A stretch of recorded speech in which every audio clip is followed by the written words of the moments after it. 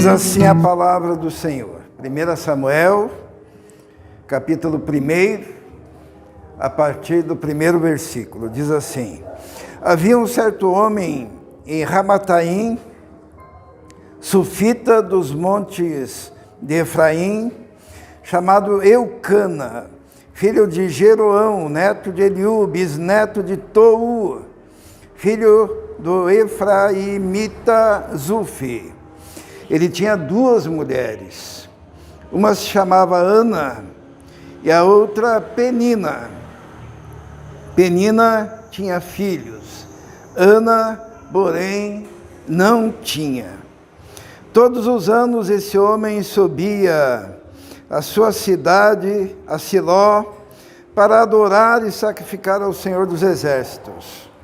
Lá, Ofni e Finéias, os dois filhos de Eli, eram sacerdotes do Senhor. No dia em que Eucana oferecia sacrifícios, dava porções à sua mulher Penina e a todos os filhos e filhas dela.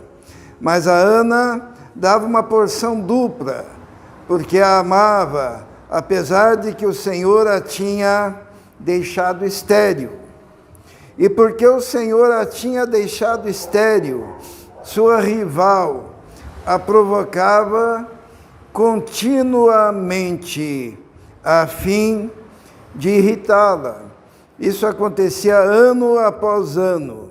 Sempre que Ana subia à casa do Senhor, sua rival a provocava e ela chorava e não comia. Eucana, seu marido, lhe perguntava: Ana, por que você está chorando? Por que não come? Por que está triste? Será que eu não sou melhor para você do que 10 filhos? Vamos orar. Senhor, pedimos agora que o Teu Espírito Santo toque-nos, que possamos compreender a Sua palavra e não só compreendê-la, mas também aplicá-la na nossa vida. Em nome de Jesus. Amém. Ana, todo mundo conhece a história, ela era estéril, né? Ela foi privada, por quem? Pelo Senhor, diz aqui, né? O Senhor a privou de ter filhos. E naquela época era necessário suscitar descendência. Era importante suscitar descendência. E então a lei permitia que quando uma mulher não tinha filho, o marido pudesse ter uma outra mulher para lhe dar filhos. E foi o que aconteceu. Ele amava Ana, mas ele tinha outra mulher, Penina, e Penina tinha muitos filhos. E diz a palavra de Deus que o coração de Ana ficava entristecido, e todo ano quando ela ia na casa de Deus para oferecer sacrifício, a sua rival Penina, diz a palavra de Deus ali no versículo 6, e porque o Senhor a tinha deixado estéril, sua rival a provocava continuamente, a fim de irritá-la, né? Alguém aqui já foi provocado? Já sofreu bullying? Já sofreu provocação de alguém? E note que normalmente quando alguém nos provoca justamente no ponto fraco, né? Nas nossas fragilidades. Quando alguém quer nos provocar, ele consegue encontrar o nosso ponto mais dolorido, para ficar ali, cutucando, irritando, mexendo, fazendo com que nós nos sintamos assim como Ana também se sentia, porque diz a palavra de Deus que por isso ela ficava triste, ela chorava, ela perdia o apetite, de tanto que ela era provocada. Ninguém gosta de ser provocado, né? Por exemplo, quando querem me provocar, quando querem zombar de mim, com o que eles mexem? Com os pontos fracos, né? Então, quando é uma zoeira, é porque eu não tenho cabelo. E normalmente a pessoa fica naquele ponto ali. Porque é o ponto onde eu não ligo. Eu já aceitei o fato de ser calvo. Mas se alguém quer mexer comigo, vai mexer nesse ponto. E isso poderia ser considerado alguma coisa assim de menor força para agredir. Mas normalmente quando alguém detesta a gente, vai tocar naquele ponto da nossa fragilidade. Se a pessoa tem complexo porque é gordinha, aonde que eles vão irritar a pessoa? Aonde que eles vão provocar a pessoa? Justamente na sua obesidade. Se a pessoa é alta demais, é na sua altura, né? Se ela é magra demais, vai dizer que é uma vara de enrolar tripa. Já ouviram falar isso? Eu, quando era adolescente, eu era chamado de vara de enrolar tripa, pelos que queriam me provocar, né? Porque é no ponto fraco.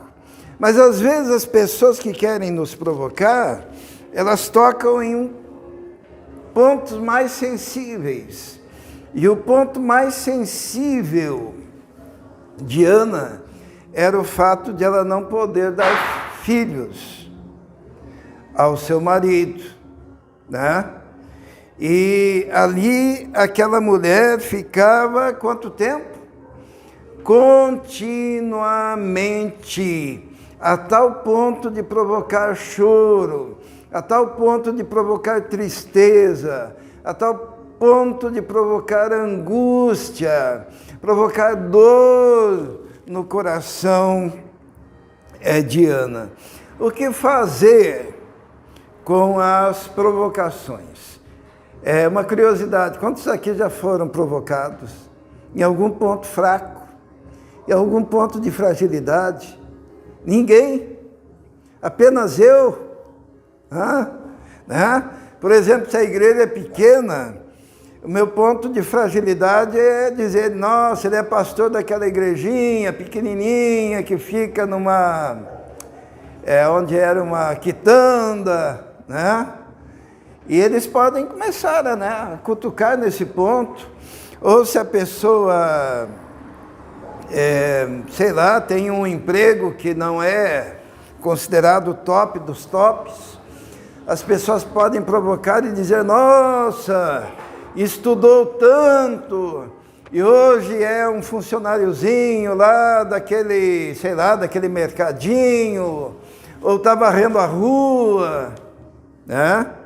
Para tentar espizinhar. Por quê? Porque o ser humano, ele é intrinsecamente mau, né? E tenta, às vezes, se sobrepor ao outro, diminuindo o outro. E era o que Ana enfrentava. Mas quando vêm as provocações, o que nós aprendemos com Ana? Primeira coisa, quando vierem as provocações, é aprender a transformar essas provocações em oração e clamor, porque foi o que ela fez, né? O marido dela chegou a dizer para ela assim, eu não sou melhor para você do que 10 filhos. O marido dela tentou resolver a questão dando porção dobrada para ela das coisas, para demonstrar o seu amor, mas nada daquilo fazia com que o coração dela se acalmasse.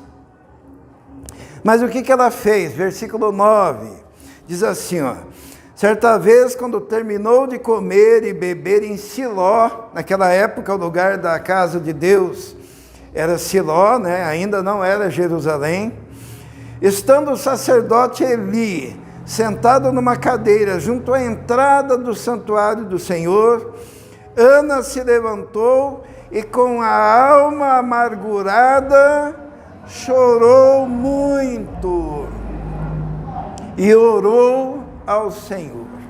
Sabe, as provocações, elas devem ser transformadas em oração. As provocações, elas podem ser transformadas em clamores diante do Senhor, né? Quando Senaqueribe cercou a cidade de Jerusalém, o rei pegou aquele momento de angústia, porque os oficiais de Senaqueribe estavam zombando do povo de Deus. O rei entrou no templo e transformou toda aquela provocação em oração. E chegou diante de Deus e diz: olha, Senhor, o que estão falando do teu povo? E nós também podemos chegar diante de Deus e dizer: Senhor, olha o que estão falando ao meu respeito, olha o que estão falando da minha relação contigo, olha o que estão falando do jeito como o Senhor me fez, me criou, olha como eles estão querendo diminuir eu, que sou criatura sua, que sou alguém que pertence ao seu povo, que sou alguém de fé, sou alguém que tem comunhão contigo. Ana, ela chegou diante do Senhor e diz: olha o que estão falando, olha como eu estou triste, olha como eu estou angustiada. E ela então fez um voto diante do Senhor, no versículo 11, e fez um voto dizendo: ó Senhor dos exércitos, se deres atenção à humilhação da tua serva, que lembrares de mim, e não te esqueceres da tua serva, mas lhe deres um filho, então eu o dedicarei ao Senhor por todos os dias da sua vida, e o seu cabelo e a sua barba não serão cortados. Ela quis dizer: olha, Senhor, olhe como eu estou sendo humilhada, e eu faço um voto: se o Senhor me atender, eu devolverei ao Senhor a resposta da oração que tu me deres. É muito interessante isso, né? Transformar provocação em oração, em clamor diante de Deus. A segunda coisa que nós precisamos atentar é que ninguém chuta cachorro morto, não é verdade? Tem esse ditado, né? Por que será que alguém que tinha um monte de filhos ficava irritando, zombando, provocando alguém que teoricamente não tinha nada? Era incomparável. É o milionário que quer pisar no pobretão, que está andando na rua com o sapato furado. Por que faria isso? O que Ana tinha que causava tanta indignação em Penina? Sabe, uma coisa interessante, eu vejo como uma igreja pequena pode causar tanta indignação, tanta inveja, tantos pastores com medo e dizendo: olha, não cheguem lá perto, que eu já ouvi isso da boca de pessoas que queriam vir. Por que será? Porque em alguém que pertence a Deus existe um brilho diferente. Existe algo que faz com que você se destaque no seu ambiente de trabalho, que você se destaque entre a sua vizinhança. Quando você chega a uma percepção no céu, a uma percepção no inferno, a uma percepção entre os homens, de que você é alguém diferente, que tem a unção de Deus, que tem a graça de Deus, que tem o poder de Deus que te acompanha, você não passa despercebido. E todas as forças do inferno se levantam para tentar te atingir. Mas você pode se manter altaneiro. Por quê? por causa da presença de Deus na sua vida, por causa da unção do Senhor na sua vida. Moisés, quando estava na presença de Deus e desceu do monte, diz a palavra de Deus que ele não sabia que o seu rosto brilhava. E você, muitas vezes, nos lugares mais diferentes, não percebe que o seu rosto brilha. Brilha da palavra, brilha do Espírito, brilha da comunhão que você tem com Deus. Isso incomoda as trevas, incomoda o inferno, incomoda aqueles que não têm o mesmo brilho, que não têm a mesma esperança. E por isso, Penina, tendo tudo, do que ela poderia reclamar? Se a questão era ter filhos, ela tinha uma penca de filhos. Ana não tinha nenhum. No entanto, era Ana que era provocada porque a sua presença incomodava. Às vezes eu escuto o testemunho dos irmãos aqui, né? Escutei já da Bia falando assim, de pessoas que chegam assim: Bia, por que você está sempre sorrindo? Não é? Por que você está sempre alegre? Ó, eu quero dizer isso, às vezes, dependendo da pessoa, incomoda. Incomoda. Não é verdade, Fernanda? Por que a Fernanda está feliz sempre? A Miriam querendo ser luz no trabalho dela, né? Tem um monte de pepino lá, mas ela está lá andando de um lado para o outro, resolvendo aqui, resolvendo ali. O pessoal olha, mas que é esse brilho? Incomoda. E eu quero dizer uma coisa, que toda aquela provocação causou algo. O que causou? Moveu o coração de Ana. Às vezes Deus usa o ímpio para nos mover, porque Ana foi movida para ir na casa de Deus e clamar e orar e pedir uma bênção. E quando Ana pediu essa bênção, movida pela tristeza, pela provocação, essa bênção que Ana pediu, era bênção para ela. Mas ela não sabia, era bênção para o marido. Mas ela não sabia, era bênção para o povo. Porque Deus, respondendo Ana, daria ao povo um profeta. Respondendo Ana, daria ao povo um juiz. Respondendo a Ana, daria ao povo o maior profeta da sua época, num tempo em que a palavra de Deus era muito rara. Olha como Deus usa, inclusive, as provocações, porque muitas vezes Deus quer nos mover, e quando acontecem as provocações, nós podemos tomar duas atitudes. Qual a primeira atitude? Ficar chorando, dizendo: estou deprimido, nada dá certo. E você pega e fica enclausurado num quarto, chorando, mastigando as suas mágoas, se retroalimentando do sofrimento e da amargura. Mas você também pode pegar a provocação que vem sobre a sua vida e transformar num clamor que exalte a Deus. A palavra de Deus diz que Ana estava lá orando e o profeta Eli viu, né? Está no versículo 12. Enquanto ela continuava a orar diante do Senhor, Eli observava a sua boca. E como Ana orava silenciosamente, os seus lábios se mexiam, mas não se ouvia a sua voz.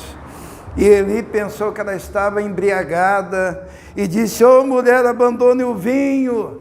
E ela disse, não, não é isso, não se trata disso, eu estou amargurada, eu não sou uma mulher vadia, eu só quero que o Senhor atenda ao meu clamor. Então Eli diz para ela no versículo 17, vai em paz, que o Deus de Israel lhe conceda o que você pediu. E Deus atendeu a Ana. Deus concedeu. E Ana então exulta e se alegra diante de Deus com a resposta da sua oração. Eu queria perguntar aos irmãos, qual o nome dos filhos de Penina? Hã? Ninguém nunca ouviu falar. Qual o nome do filho de Ana? Hã? Por que os de Penina ninguém nunca ouviu falar? E o de Ana? Samuel, grande profeta, ungiu o primeiro rei de Israel, Saul, ungiu Davi, era um homem de fé, era um homem que orava continuamente pelo povo, era alguém consagrado desde o ventre até a sua morte. Sabe, às vezes se zomba, né? Dizendo assim, aconteceu esses dias aí, de alguém chegar para mim, a Fernanda estava junto, o Israel estava junto, o Israel não, o Mateus, e alguém falou assim, olha, foi tão bonito, 200 pessoas se batizando no mesmo dia, 200, né? E eu falei, amém, que bom, né? Muito bom. Agora, eu prefiro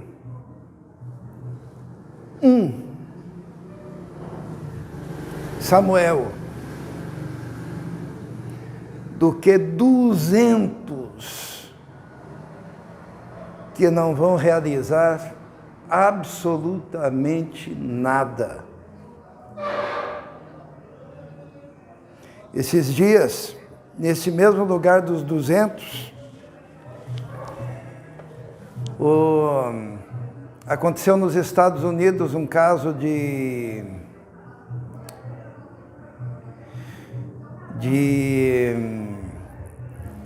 abuso de uma criança de 5 anos.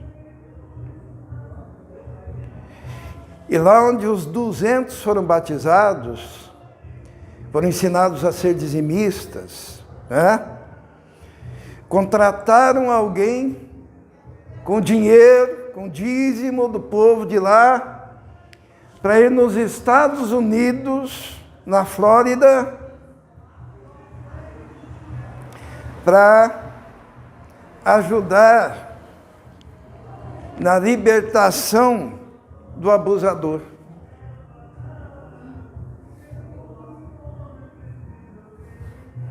E conseguiram. E essa pessoa que eles contrataram, da igreja, já tinha sido contratada para resolver 3 casos de abuso sexual. Porque a igreja tem que manter a sua imagem para conseguir angariar discípulos e fazer batismos gigantescos. E daí tem uma equipe que pode ser chamada equipe de, como é que é? A Fernanda é da gestão, né? De danos, né?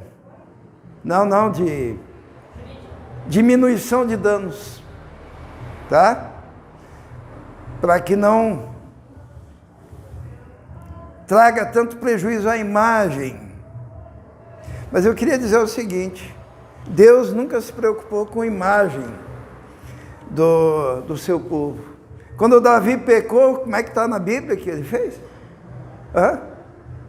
Está na Bíblia que ele adulterou, que ele cometeu homicídio, né? Deus nunca passa pano, não. Mostra o pecado, mostra a consequência do pecado e mostra também o resultado do arrependimento. Ana era estéril, mas quando Deus lhe deu filho, era o filho, né? Se cumpre uma palavra que está em Isaías, vamos abrir lá Isaías 54,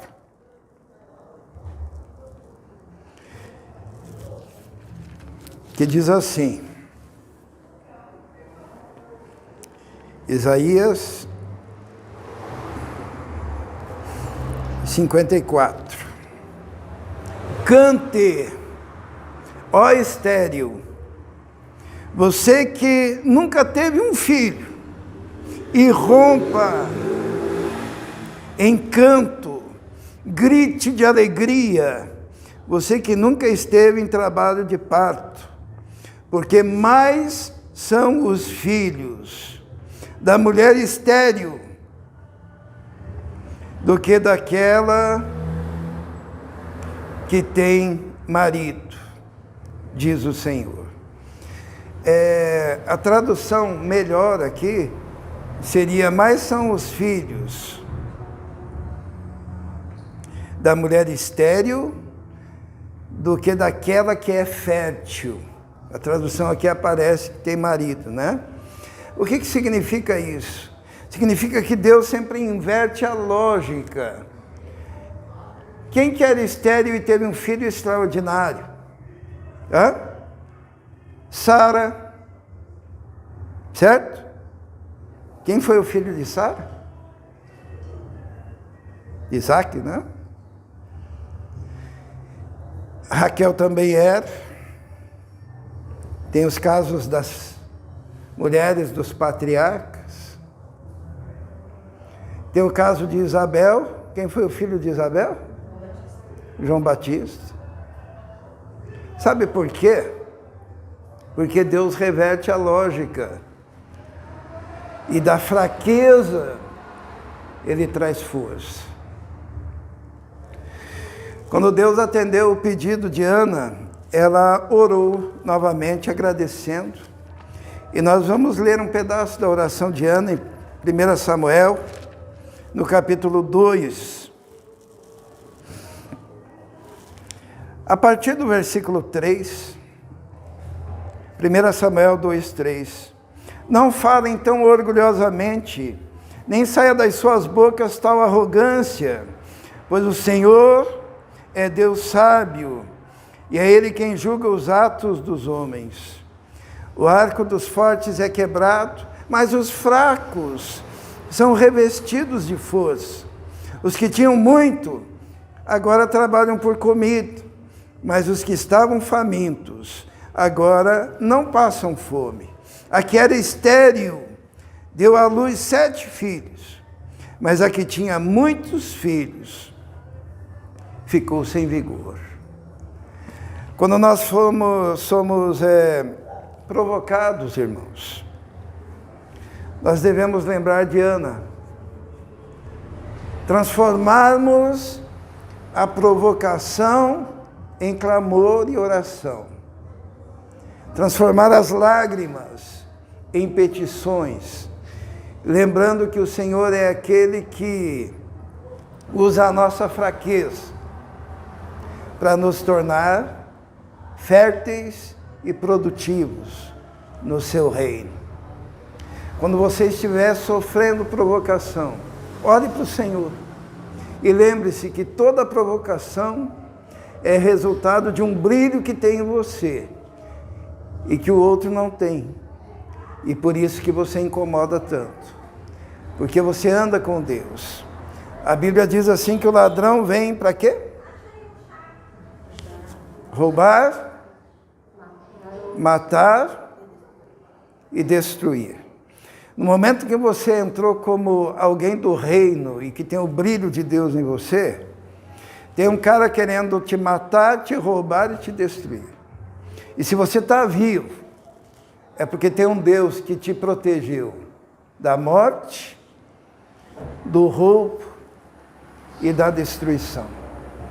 E esse Deus que te protege é fiel. Sabe, às vezes a gente vem na igreja aqui e não atenta ao fato de que, antes de nós chegarmos, quantas vezes Deus já não nos livrou da morte, só para que nós estivéssemos em comunhão com Ele. Porque nós temos um Deus que cuida de nós, apesar de nós enfrentarmos tantas oposições. O cuidado de Deus sempre é e será fiel. Amém?